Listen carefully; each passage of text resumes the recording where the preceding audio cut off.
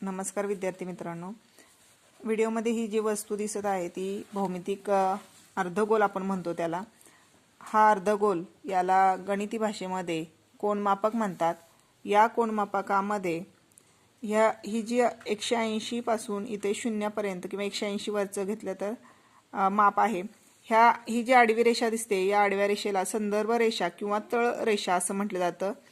आणि याच्या बरोबर मध्यभागी इथे जी उभी 90 अंशाच्या कोनाची उभी रेषा आहे तर ह्या ठिकाणच्या या बिंदूला आपण या कोनमापकाचे केंद्र असं म्हटलं जातं। या केंद्रापासून आपण कोन मोजतो। आता प्रत्यक्षात या कोनमापकाने कोन कसा मोजायचा ते पाहूया। हा कोन काढलेला आहे। या कोनाची ही जी आडवी रेषा आहे ही आडवी रेषा आणि कोनमापकाचा केंद्र आणि तळ रेषा ही जोडायची आहे। बघा, कोनमापकाचा हा जो केंद्र आहे ते केंद्र आपण कोनाच्या शिरोबिंदूवर बरोबर जुळवले आहे आणि आडवी जी तळरेषा आहे ती खालच्या कोनाच्या रेषेला जुळली आहे। आणि मग वरची रेषा कुठल्या रेषेपर्यंत आलेली आहे बघा, तर इथं 70 पर्यंत आलेली आहे।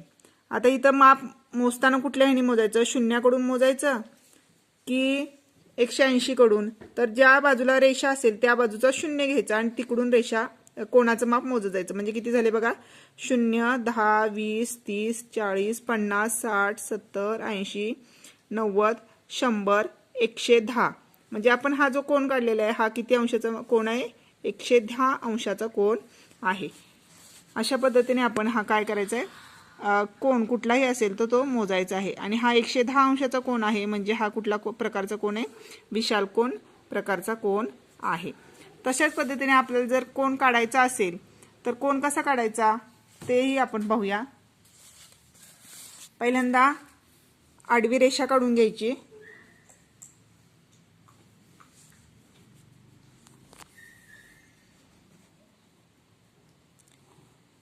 आडवी रेषा काढल्यानंतर एका बाजूला बाण करायचा आहे। मध्ये असलेला शिरोबिंदू आहे त्या शिरोबिंदूवर कोनमापकाचं केंद्र ठेवायचं आहे आणि तळरेषा ही खालच्या रेषेला जुळवायची आहे। आता आपण जर 100 इथं 30 अंशाचं काढूया। मग रेषेच्या बाजूने 0 10 20 30 ची जी रेषा आहे त्या रेषेवर टिंब काढून घ्यायचा आणि नंतर केंद्र आणि हे 30 अंशाचं जे आपण टिंब काढून घेतलेलं आहे तिथं रेषा काढून जोडून घ्यायचं।